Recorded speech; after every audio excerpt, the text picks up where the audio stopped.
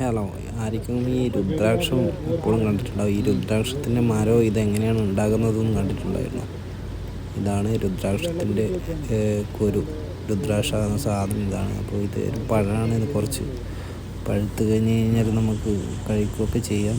അപ്പോൾ ഇതിൻ്റെ തോലിങ്ങനെ മെല്ലനെ ഉരിച്ചിട്ട് നമുക്ക് ആ രുദ്രാക്ഷം എങ്ങനെ പുറത്ത് വരുന്നത് കാണാം.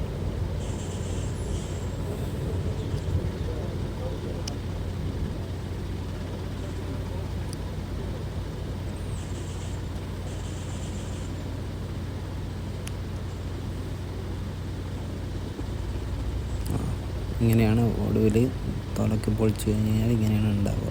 ഓക്കെ, കുറച്ചും പ്രഷറും ചെയ്ത് ഉണക്കി കഴിഞ്ഞ് കഴിഞ്ഞാൽ രുദ്രാക്ഷമായി.